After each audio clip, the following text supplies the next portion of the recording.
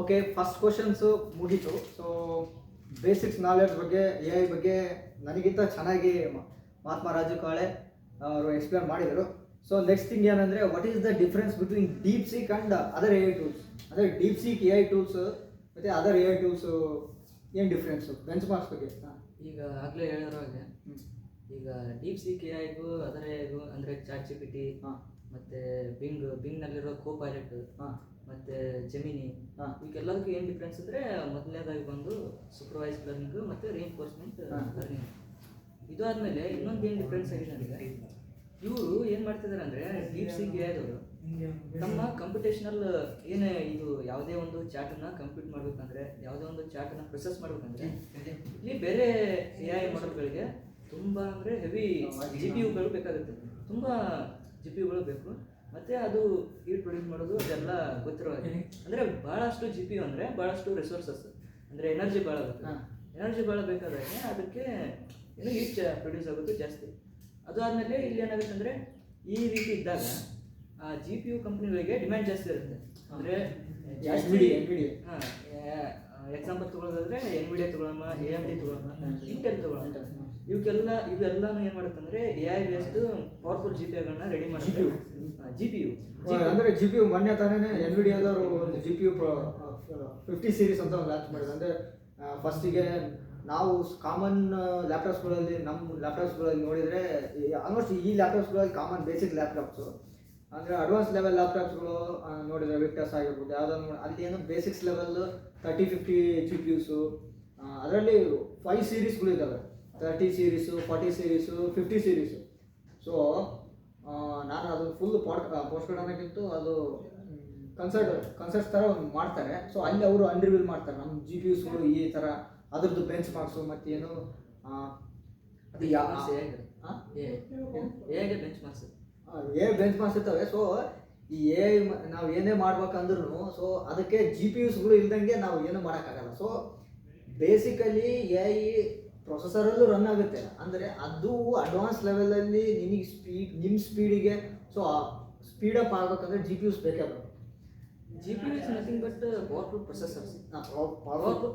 ಇಲ್ಲಿ ನಮ್ಮ ಕ್ಯಾಲ್ಕುಲೇಷನ್ಸ್ಗಳು ಪ್ಯಾರಲಲ್ಲಿ ರನ್ ಆಗುತ್ತೆ, ಪ್ಯಾರಲಲ್ಲಿ ಕ್ಯಾಲ್ಕುಲೇಷನ್ಸ್ಗಳು ಆಗುತ್ತೆ. ಅದೇ ಸೊ ಆದರೆ ಇದು ಎ ಐ ಮಾಡೆಲ್ಗಳಿಗೆ ಟ್ರೈನ್ ಮಾಡಬೇಕಾದ್ರೆ ಏನು ಬೇಕಾಗುತ್ತೆ ಅಂದರೆ ಪವರ್ಫುಲ್ ಜಿ ಪಿ ಯುಸ್ಗಳು ಬೇಕಾಗುತ್ತೆ.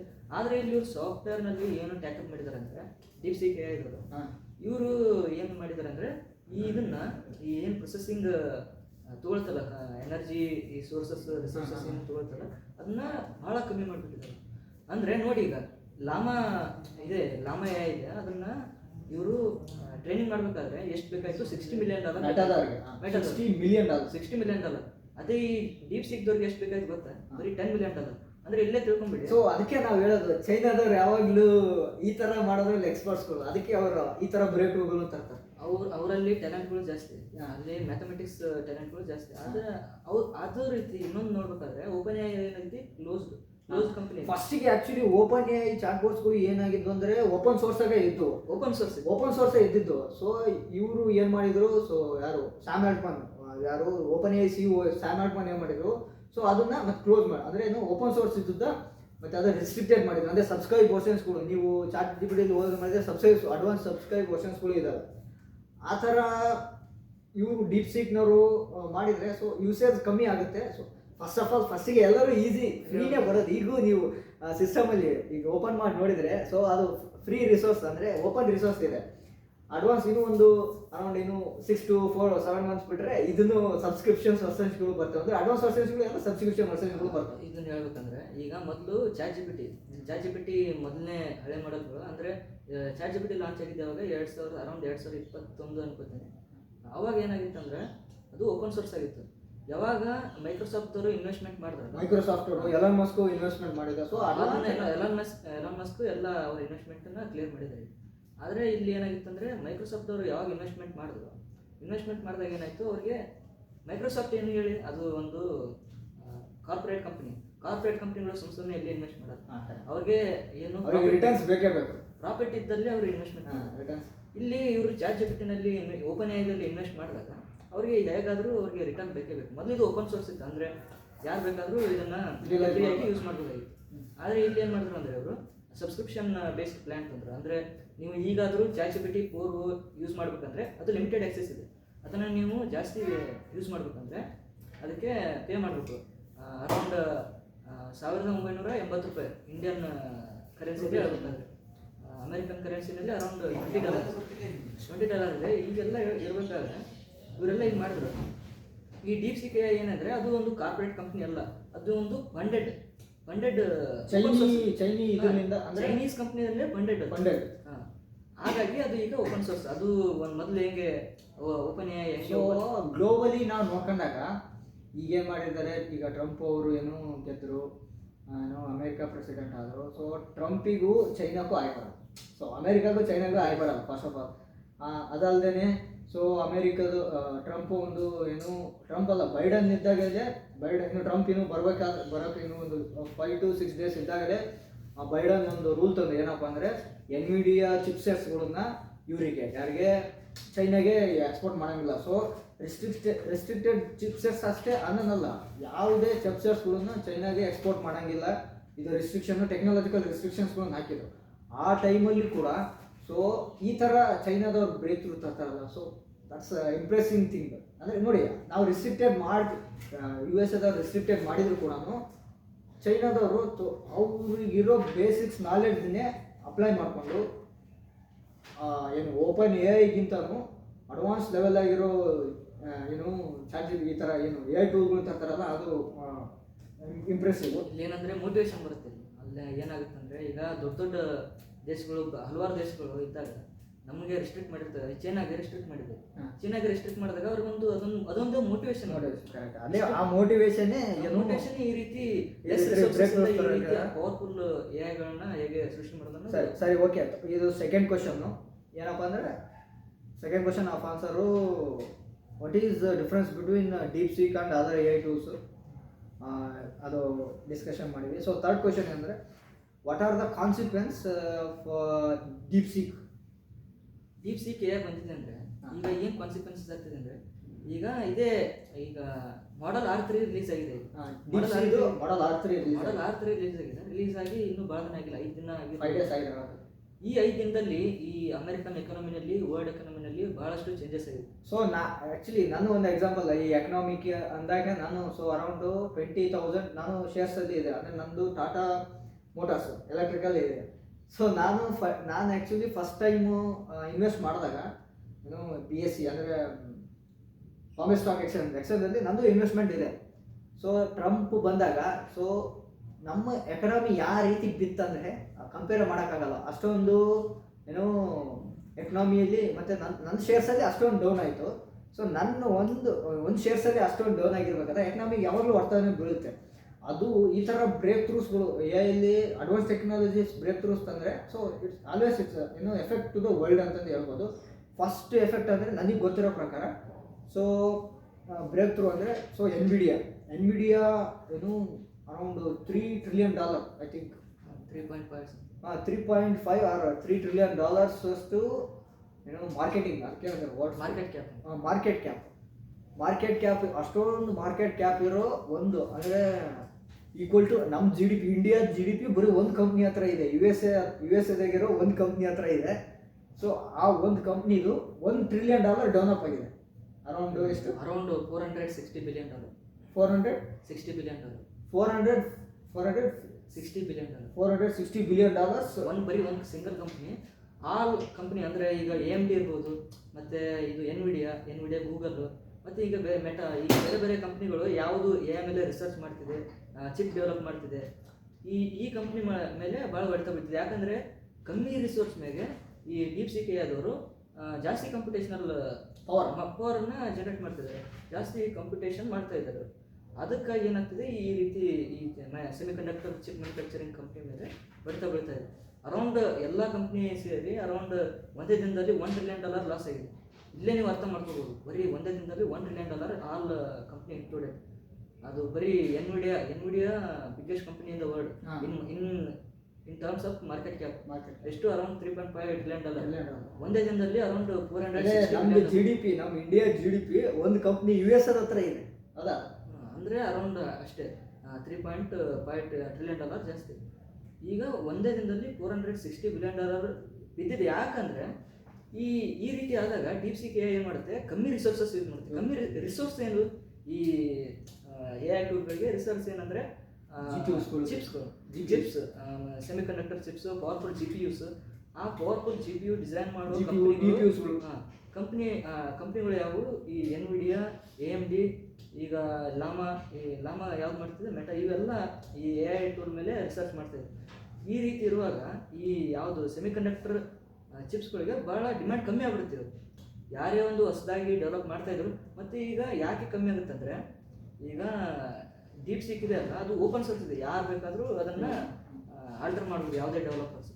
ಹೀಗಿದ್ದಾಗ ಚಿಪ್ ಮ್ಯಾನುಫ್ಯಾಕ್ಚರಿಂಗ್ ಡಿಮ್ಯಾಂಡ್ ಕಮ್ಮಿ ಆದಾಗ ಅವ್ರದ್ದು ಶೇರ್ಸ್ ಆಟೋಮೆಟಿಕ್ ಆಗಿ ಬಿದ್ದಿರೋದಕ್ಕೆ ಇದೇ ಕಾರಣ. ಅದೇ ಒಂದು ಕಾನ್ಸಿಕ್ವೆನ್ಸ್. ಓಕೆ, ಮತ್ತು ಫೋರ್ತ್ ಕ್ವಶನ್, ವೈಫ್ ಎಕನಾಮಿಕ್ಸ್ ಅಂದರೆ ಎಕನಾಮಿಕ್ಸ್ ಬಗ್ಗೆ ನಾವು ಅದೇ ಫೋರ್ತ್ ಕ್ವಶನ್ ಇದ್ದಿದ್ದು ಅದೇ ಎಕನಾಮಿಕ್ಸ್ ಬಗ್ಗೆ ಯಾವ ರೀತಿ ಇದು ಎಫೆಕ್ಟ್ ಆಯಿತು ಅನ್ನೋದು ಫೋರ್ತ್ ಕ್ವಶನ್. ಸೊ ಎಕನಾಮಿಕ್ಸ್ ಬಗ್ಗೆ ಡಿಸ್ಕಷನ್ ಮಾಡಿದ್ವಿ. ಅಂದರೆ ಈ ಡೀಪ್ ಸೀಕ್ AI ಬಂದಿರೋದ್ರಿಂದ ಸೊ ಇಲ್ಲಿ ಏನಾಗುತ್ತೆ, ಸೆಮಿಕಂಡಕ್ಟರ್ ಸೆಮಿಕಂಡಕ್ಟರ್ ಡಿಮ್ಯಾಂಡ್ಗಳು ಕಮ್ಮಿ ಆಗುತ್ತೆ. ಈಗ ಆಗಲ್ಲ, ಮುಂದೆ ಕಮ್ಮಿ ಆಗುತ್ತೆ. ಯಾಕಂದರೆ ಇದು ಕಮ್ಮಿ ರಿಸೋರ್ಸನ್ನು ಯೂಸ್ ಮಾಡುತ್ತೆ, ಕಮ್ಮಿ GPUಗಳನ್ನು ಯೂಸ್ ಮಾಡುತ್ತೆ. ಕಮ್ಮಿ GPU ಯೂಸ್ ಆದಾಗ ಇಲ್ಲಿ ಅಷ್ಟೇ ಕಂಪ್ಯೂಟೇಷನಲ್ ಪವರ್ ಅಷ್ಟೇ ಇರಬೇಕಾದ್ರೆ, ಸಾಫ್ಟ್ವೇರ್ ಇಲ್ಲಿ ಅವ್ರು ಏನು ಮಾಡಿದೆ ಅಂದರೆ, ಸಾಫ್ಟ್ವೇರ್ನ ಅದಕ್ಕೆ GPU ಕಮ್ಮಿ ರಿಸೋರ್ಸ್ ಯೂಸ್ ಮಾಡುವ ಹಾಗೆ ಅವರು ಡಿಸೈನ್ ಮಾಡಿದ್ದಾರೆ. ಈ AI ಈ ರೀತಿ ಡಿಸೈನ್ ಮಾಡಿದಾಗ ಆಟೋಮೆಟಿಕ್ಕಾಗಿ ಸೆಮಿಕಂಡಕ್ಟರ್ ಹಾರ್ಡ್ವೇರ್ ಕಂಪ್ನಿಗಳದ್ದು ಶೇರ್ಸ್ ಡೌನ್ ಆಗೋದಕ್ಕೆ ಇದು ಕಾರಣ, ಮತ್ತು ಪ್ರಾಫಿಟ್ ಕಮ್ಮಿ ಆಗೋದಕ್ಕೆ ಅದಕ್ಕೆ ಇದು ರೀಸನ್. ಅಂದರೆ ನಾವು ಇದು ಓಕೆ ಸರಿ, ಓಕೆ. ಮತ್ತು ಇನ್ನೂ ನಾವು ಸೆಮಿಕಂಡಕ್ಟರ್ಸು ಅಂತ ಬಂದಾಗ ನಾವು ಏನು ಡಿಸ್ಕಷನ್ ಮಾಡ್ತೀವಿ ಅಂದರೆ, ಬರೀ NVIDIA, ಅಮೇರಿಕಾ, ಚೈನಾ, ಈಗ ಇನ್ನೊಂದು ಅಂದರೆ ಈ ಎರಡೂ ದೇಶಗಳು, ಈ ಎರಡು ಕಂಟ್ರೀಸ್ ಏನು ಮಾಡ್ತವೆ, ಸೊ ಇವರಷ್ಟೇ ರಿಸರ್ಚ್ನ ಮಾಡ್ತಿದ್ದಾವೆ, ಇಲ್ಲ ಮೇಜರ್ ಆಗಿ ಅವರೇ ಮಾಡ್ತಿದ್ದಾರೆ. ಸೊ ಯಾವುದೇ ಟೆಕ್ನಾಲಜೀಸ್ಗಳು ಬ್ರೇಕ್ ಥ್ರೂಸ್ ಬಂದ್ರು ಈಗ ನೋಡಿ, ಒಂದು ಅರೌಂಡ್ 5 to 4 ಕಂಟ್ರೀಸಿಂದ ಬರ್ತಾವೆ ನಾವು ಕೇಳಿದ ಪ್ರಕಾರ. ಫಸ್ಟು USA, ಆಮೇಲೆ ಲಿಟ್ಲು ಬಿಟ್ಟು ಚೈನಾ, ಸೆಕೆಂಡ್ ಬರೋದೇ ಚೈನಾ, ಆಮೇಲೆ ಜಪಾನ್ ಬರುತ್ತೆ, ಜರ್ಮನಿ ಬರುತ್ತೆ, ಇಲ್ಲ ರಷ್ಯಾ, ಹಂಗೆ US. ಸೊ ನಾವು ಈ ವಿಡಿಯೋ ಮಾಡೋಕೆ ಒಂದು ಪ್ರೇರಣೆ ಏನಂದರೆ, ಸೊ ನಾವು ಬರೀ ಅವರು ಕಂಟ್ರೀಸ್ ಬಗ್ಗೆ ಮಾತಾಡೋದು ಯಾಕೆ, ನಮ್ಮ ಕಂಟ್ರೀಸ್ ಬಗ್ಗೆ ನಾವು ಮಾತಾಡ್ಬೋದಲ್ಲ. ಸೊ ನಾವು AI ಮೇಲೆ ರಿಸರ್ಚ್ಗಳನ್ನು ಮಾಡಿ, ಸೊ ಈ ಥರ ಒಂದು ನಾಲೆಡ್ಜ್ ಬೆಳೆಸಿದ್ರೆ, so it's helpful for us also. So ಅವರು $ಟ್ರಿಲಿಯನ್ಸ್ ಬಗ್ಗೆ. ಮತ್ತು ಇನ್ನೊಂದು ಏನಂದರೆ, ನಾನು ಒಂದು ವಿಚಾರ ಏನಂದರೆ, ಸೊ ಲಾಸ್ಟ್ ಟೈಮ್ ಅಂದರೆ ಈಗೊಂದು ಆ್ಯಕ್ಚುಲಿ 4 days ಬ್ಯಾಕು ನಾನು ಯಾರು ಇವರು ಡೊನಾಲ್ಡ್ ಟ್ರಂಪ್ ಅವರೇನು ಎಲೆಕ್ಟ್ ಆಗಿ ಬಂದರು. ಸೊ ಅವ್ರು ಫಸ್ಟ್ ಏನು ಮಾಡಿದಂದರೆ, ಸೊ ಈ AI ಇದ್ರ ಮೇಲೆ ಏನು ಮಾಡಿದರು, ರೆಸ್ಟ್ರಿಕ್ಷನ್ಸ್ಗಳನ್ನ ಹಾಕಿದ್ರು ಫಸ್ಟು. ಆಫ್ಟರ್ ದಟ್ಟು 3 ಕಂಪ್ನೀಸ್ಗಳನ್ನ ಕರೆದ್ರು. ಅವ್ರು ವೈಟ್ ಹೌಸಿಗೆ 3 ಕಂಪ್ನೀಸ್ಗಳನ್ನ ಕರೆದ್ರು. ಫಸ್ಟು ಒರಾಕಲ್ಲು, ಆಫ್ಟರ್ OpenAI, ಮತ್ತು ಮಾಸಾ ಈಸ್ ಫ್ರಮ್ ಜಪಾನ್, ಮಾಸಾ. ಅಂದರೆ ಅವನು ಈ 3 ಕಂಪ್ನೀಸ್ಗಳು, ಮಾಸಾ, OpenAI ಮತ್ತು ಅವರೆಲ್ಲ ಈ 3 ಕಂಪ್ನಿ CEOಸ್ಗಳನ್ನ ಕರೆದ್ರು. ಏನು ಮಾಡಿದ್ರು ಅಂದರೆ, ಅವ್ರ ಹತ್ರ ಕೊಲಾಬರೇಷನ್ ಮಾಡಿಕೊಂಡು around $500 billion, not $billion investment ಮಾಡಿದ್ರು ಡೊನಾಲ್ಡ್ ಟ್ರಂಪ್ ಅವರು. ಸೊ ಈ ಥರ ನಮ್ಮ ದೇಶದಲ್ಲೂ ಇನ್ವೆಸ್ಟ್ಮೆಂಟ್ ಆಗಬೇಕು. ಸೊ ಇಂಡಿಯಾದಲ್ಲಿ AI ಮೇಲೆ ಇನ್ವೆಸ್ಟ್ಮೆಂಟ್ ಆದರೆ, so it's helpful for us also. ಮತ್ತು ಈ ಥರ ಆದಾಗ ಹೊಸ ಉದ್ಯೋಗಗಳು ಹುಟ್ಕೊಂಡವು. ಇಲ್ಲಿ ನಮ್ಮ ಜನಕ್ಕೆ ಏನಾಗಿದೆ ಅಂದರೆ, ಅವ್ರಿಗೆ ಏನಂದರೆ AI ಬಂದರೆ ಜಾಬ್ ಹೋಗುತ್ತೆ. ಕರೆಕ್ಟ್, ನಾನು ಭಾಳ ಸರಿ ಗಮನಿಸಿದ್ದೀನಿ. ಸೊ AI ಅಂದರೆ ಬಂದರೆ ಅಡ್ವಾನ್ಸ್ ಲೆವೆಲ್ AGIಗಳು ಬಂದರೆ, ಸೊ ನಮಗೆ ಒಂದು ಮಿಸ್ಕನ್ಸೆಪ್ಷನ್ ಇದೆ, AI ಜಾಬ್ನ ಕಳ್ಕೊತಾವ. ಅದರಿಂದ ಜಾಬ್ನ ಜಾಬ್ ಹೇಳ್ತಿದ್ದೇವೆ. ಈಗ ಮೊದಲು ಹಿಂದೆ 90s ಅಂದರೆ ಅದ್ರ ಬಗ್ಗೆ ಸೊ ಭಾಳಷ್ಟು ವಿಡಿಯೋ ನೋಡಿರ್ತೀನಿ. ನಮ್ಮ perspective of AI about job ಅಂತಂದರೆ ಎಕ್ಸ್ಪ್ಲೇನ್. ಈಗ ನೋಡಿ, 1990 ಸುಮಾರಿಂದ ಐ ಟಿ ಬೂಮ್ ಸ್ಟಾರ್ಟ್ ಆಯಿತು. ಅಂದರೆ ಅರೌಂಡ್ 1990. ಇಲ್ಲಿ ಏನಾಯ್ತಂದರೆ ಅವಾಗ ಏನು ಮಾಡ್ತಿದ್ರು, ಡಾಕ್ಯುಮೆಂಟ್ಸನ್ನು ಯಾವ ರೀತಿ ಹ್ಯಾಂಡಲ್ ಮಾಡ್ತಿದ್ದಾರೆ ಅಂದರೆ ಬರೆದು, ಅಂದರೆ ಹ್ಯಾಂಡ್ ರಿಟರ್ನ್ ಇರೋದು ಅಥವಾ ಟೈಪೋಗ್ರಫಿ ಇರ್ತಿತ್ತಲ್ಲ ಅದರಲ್ಲೇ ಮಾಡಿ ಎಲ್ಲಿ ಇಂಥ ತಿಜೋರಿಯಲ್ಲಿ ಹ್ಯಾಂಡಲ್ ಮಾಡಿ ಇಡ್ತಿದ್ದಾರೆ, ಅಲ್ಲೆಲ್ಲೇ ಸೀಕ್ರೆಟ್ ಆಯಿತು. ಆದರೆ ಯಾವಾಗ ಕಂಪ್ಯೂಟರ್ಸ್ ಬಂದು ಅವಾಗ ಇದನ್ನೆಲ್ಲ ಕಂಪ್ಯೂಟೇಷನಲ್ ಪವರ್ ಫಾಸ್ಟ್ ಆಯಿತು. ಫಾಸ್ಟ್ ಆದ್ಮೇಲೆ ಮತ್ತೆ ಸ್ಟೋರೇಜ್ನ ಅಲ್ಲೇ ಕಂಪ್ಯೂಟರ್ನಲ್ಲೇ ಸಾಫ್ಟ್ವೇರ್ನಲ್ಲೇ ಅಲ್ಲೇ ಸ್ಟೋರ್ ಮಾಡ್ಬೋದಾಗಿತ್ತು. ಈಗಿದ್ದಾಗ ಜನ ಏನು ಅನ್ಕೊಂಡ್ರು, ಒಮ್ಮರಿಗೆ ಏನಾಗ್ಬಿಟ್ರು ಅಂದರೆ ನಮ್ಮ ಜಾಬ್ ಹೋಗ್ಬಿಡ್ತು. ಅಂದರೆ ಟೈಪೋಗ್ರಫಿ ಜಾಬ್ ಆಯಿತು, ಟೈಪ್ ಯಾರು ಮಾಡ್ತಿದ್ರು, ಬರೀತಿದ್ರು, ಇಂಥ ಕ್ಲರ್ಕ್, ಇಂಥ ಕೆಲವೊಂದು ಜಾಬ್ಗಳು ಹೋದು. ಆದರೆ ಇಲ್ಲಿ ಏನಾಯ್ತು ಅಂದರೆ ಹೊಸ ಆಪರ್ಚುನಿಟಿ ಸೃಷ್ಟಿ ಆಯ್ತು. ಅವರು ಏನು ಹೊಸ ಆಪರ್ಚುನಿಟಿ ಅಂದರೆ, ಯಾರು ಕಂಪ್ಯೂಟರ್ ಬಗ್ಗೆ ಕಲ್ತಿದ್ರು, ಯಾರು ಕಂಪ್ಯೂಟರ್ ನಾಲೆಜ್ ಇತ್ತು, ಅವ್ರಿಗೆ ಭಾಳಷ್ಟು ಆಪರ್ಚುನಿಟಿಗಳು ಬಂದು ಅವ್ರಿಗೆ ತುಂಬ ಜಾಬ್ ಆಪರ್ಚುನಿಟಿಗಳು ಸಿಕ್ಕು. ಇನ್ನು ಇದೇ 2020-18 ಹಿಂದೆ ಈಗ ಅವಾಗಾದರೂ ಏನು ಯಾರಿಗೆ ಕಂಪ್ಯೂಟರ್ ಲರ್ನಿಂಗ್ ಇದೆಯೋ ಅವ್ರಿಗೆ ಜಾಬ್ ಆಪರ್ಚುನಿಟಿ ಜಾಸ್ತಿ, ಕಂಪ್ಯೂಟರ್ ಯಾರಿಗೆ ಬರೋದು ಅವ್ರಿಗೆ ಜಾಬ್ ಆಪರ್ಚುನಿಟಿ ಕಮ್ಮಿ. ಅಂದರೆ ಈಗ ಏನಾಗಿದೆ ಅಂದರೆ, ಈಗ ಎ ಬಂದಿದೆ. ಅಂದರೆ ಈಗ ಪ್ರಾಂಪ್ಟ್ ಇಂಜಿನಿಯರಿಂಗ್ ಅಂತ ಒಂದು ಹೊಸ ಇದು ಉಟ್ಕೊಂಡಿದೆ. ಈಗ ಯಾರಿಗೆ ಪ್ರಾಂಪ್ಟ್ ಕೊಡೋಕ್ಕೆ ಬರುತ್ತೋ ಎ ಐಗೆ, ಅವ್ರಿಗೆ ಈಗ ಜಾಬ್ ಆಪರ್ಚುನಿಟಿ ಜಾಸ್ತಿ. ಎ ಐನ ಹ್ಯಾಂಡಲ್ ಮಾಡೋಕೆ ನೀನು ಬರಬೇಕು. ನಿನ್ನ ಜಾಬ್ ಹೋಗ್ಬೇಕಂದ್ರೆ ಎ ಐನ ಕಲಿಬೇಕು ನೀನು ಅಷ್ಟೇ. ಹಿಂದೆ ಯಾಕೆ ಕಂಪ್ಯೂಟರ್ ಕಲಿಬೇಕಂತಿತ್ತು, ಈಗ ಎ ಐನ ಯೂಸ್ ಮಾಡೋದು ಕಲಿಬೇಕು. ಯಾವುದೇ ಕೋಡಿಂಗ್ ಇರಲಿ, ಯಾವುದೇ ಜಾಬ್ ಇರ್ತದೆ, ಅದನ್ನು ಎ ಐನ ಹೇಗೆ ಯೂಸ್ ಮಾಡೋದಂತ ಕಲಿತ್ರೆ ನಮ್ಮ ವರ್ಕ್ ಎಫಿಷಿಯನ್ಸಿ ಜಾಸ್ತಿ ಆಗುತ್ತೆ. ವರ್ಕ್ ಎಫಿಷಿಯನ್ಸಿ ಜಾಸ್ತಿ ಆದಾಗೆ ನಮ್ಮ ಜಾಬ್ ಪರಿಸ್ಥಿತಿ ಕಮ್ಮಿ ಆಗುತ್ತೆ ಅಂತ. ಸೊ ನಾನು ನೀವು ಮಾತಾಡ್ಬೇಕಾದ್ರೆ ನಾನು ಒಂದು ಕ್ವಶನ್ ಟೈಪ್ ಮಾಡಿದ್ದೆ ಡೀಪ್ ಸೀಕಲ್ಲಿ. ಸೊ ಇದು ಕ್ವಶನ್ ಏನಂದರೆ, ವೈ ಯುವರ್ ವಿಚ್ ಚಿಪ್ಸೆಟ್ ಅಂದರೆ GPU, which chipsets use for the training to you ಅಂತ ಒಂದು ಸರ್ಚ್ ಮಾಡಿದೆ. ಸೊ ಇದು ನಾನು ಅನಾಲಿಸಿಸ್ ಮಾಡಿದಾಗ ನನ್ನ ಪ್ರಕಾರ ಫಸ್ಟ್ ಏನಾಯ್ತು ಅಂದರೆ, ಇಟ್ ವಿಲ್ ಥಿಂಕ್. ChatGPT ಏನು ಮಾಡುತ್ತೆ, ಬ್ಯಾಕ್ಗ್ರೌಂಡಲ್ಲಿ ಥಿಂಕ್ ಮಾಡುತ್ತೆ. ಸೊ ಅದ್ರದ್ದು ಡಿಫ್ರೆನ್ಸ್ ಏನಂದರೆ, ರೀಲ್ಸ್ ಬಂದು ಬ್ಯಾಕ್ಗ್ರೌಂಡಲ್ಲಿ ಥಿಂಕ್ ಮಾಡಿ ನಿಮಗೆ ಆನ್ಸರ್ ಕೊಟ್ಬಿಡುತ್ತೆ. ಅದು ಏನು ಮಾಡಲ್ಲ, ನಾನೇನು ಥಿಂಕ್ ಮಾಡ್ತೀನಿ ಅಂತ ನಿಮಗೆ ಹೇಳಲ್ಲ, ಡಿಸ್ಪ್ಲೇ ಮಾಡಲ್ಲ, ಆನ್ಸರ್ ಕೊಟ್ಬಿಡುತ್ತೆ. ಸೊ ಇದು ಏನು ಮಾಡುತ್ತೆ, ಡೀಪ್ ಸೀಕ್ ಏನು ಮಾಡುತ್ತೆ ಅಂದರೆ, ನಾನೇನು ಥಾಟ್ ಮಾಡ್ತಾ ಇದ್ದೀನಿ ಅನ್ನೋದು ತೋರಿಸ್ತೈತೆ. ಇಲ್ಲಿ ಏನಂದರೆ ಅದು ಎಕ್ಸಾಂಪಲ್ ಏನಂದರೆ, ಈಗ ಓಪನ್ ಎಐ ಹೇಗೆ ಆನ್ಸರ್ ಕೊಡ್ತಂದ್ರೆ, ಇದಕ್ಕೆ ಹಲವಾರು ಡಾಟಾ ಸೆಟ್ಗಳೈತೆ. ಅದೇ ಟ್ರೈನ್ಡ್ ಡಾಟಾ ಸೆಟ್. ನೀ ಯಾವುದೋ ಒಂದು ಕ್ವಶನ್ ಕೇಳಿದಾಗ ಇಲ್ಲಿ ಹುಡುಕುತ್ತೆ ಎಲ್ಲಿ ಇದು ಲಿಂಕ್ ಆಗುತ್ತೆ ಅಂತ, ಪ್ರತಿಯೊಂದು ವರ್ಡ್ ಎಲ್ಲಿ ಲಿಂಕ್ ಆಗುತ್ತೆ ಅನ್ನೋದು ಹುಡುಕ್ತೈತೆ ಫಸ್ಟಿಗೆ. ಆ ಹುಡುಕ್ದಾಗ ಏನಾಗುತ್ತೆ, ಆ ಲಿಂಕನ್ನು ತೊಗೊಂಡು ಇದಕ್ಕೆ ಪ್ರೊಸೆಸ್ ಮಾಡ್ತೈತಿ. ಏನು ಇದಕ್ಕೆ ಟ್ರೈನ್ ಆಗಿದೆ, ಯಾವ ರೀತಿ ಟ್ರೈನ್ ಆಗಿದೆ ಆ ರೀತಿಯಿಂದ ಅಲ್ವರ್ಗದಿಂದ ಈ ಎ ಐ ಏನು ಮಾಡುತ್ತೆ, ಆನ್ಸರ್ ಕೊಡುತ್ತೆ.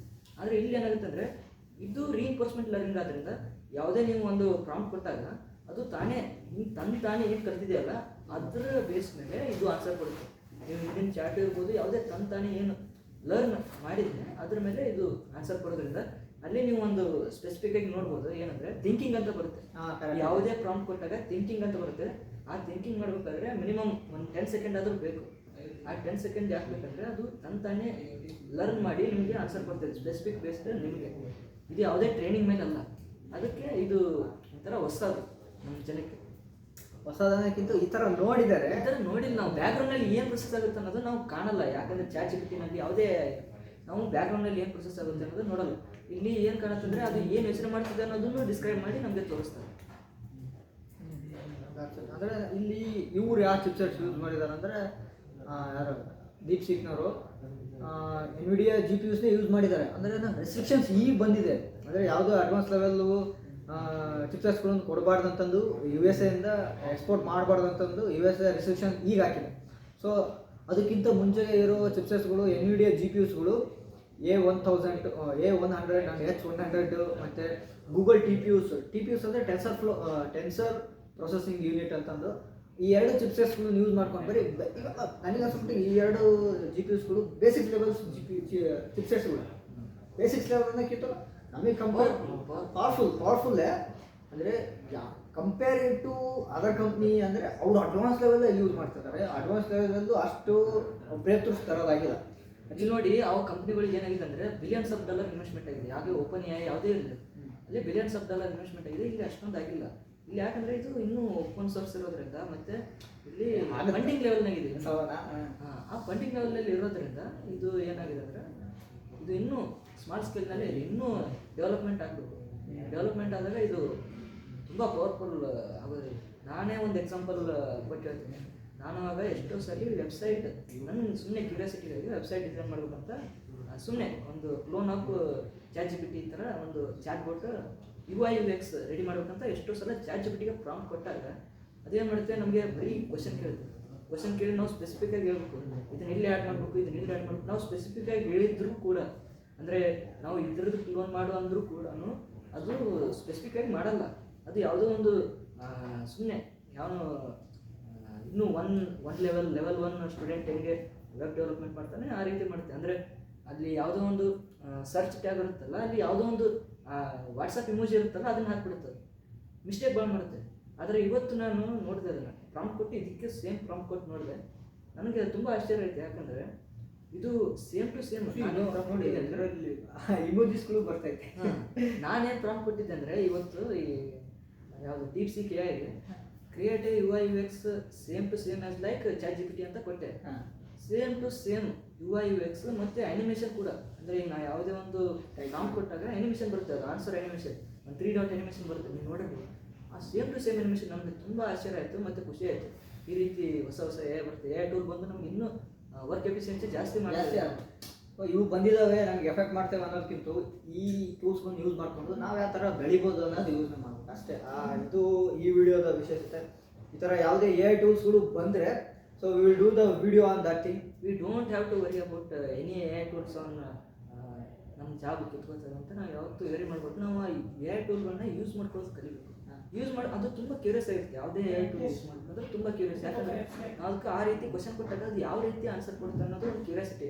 ಯಾಕಂದರೆ ಇಲ್ಲಿ ಗೂಗಲ್ ಸರ್ಚ್ ಎಲ್ಲ ಇದು AI ಸರ್ಚ್ನಲ್ಲಿ ನಿಮ್ಗೆ ಯಾವ ರೀತಿ ಬೇಕು, ನೀವು ಬೇಕಾದ್ರೆ ನಿಮಗೆ ಟಫ್ ಕ್ವಶನ್ಸ್ ಯಾವುದಾದ್ರು ಇದ್ದರೆ ಅದನ್ನ ನೀವು ಯಾವ ರೀತಿ ಕೇಳ್ಬೋದು ಅಂದರೆ, explain me this thing as like 10 year old.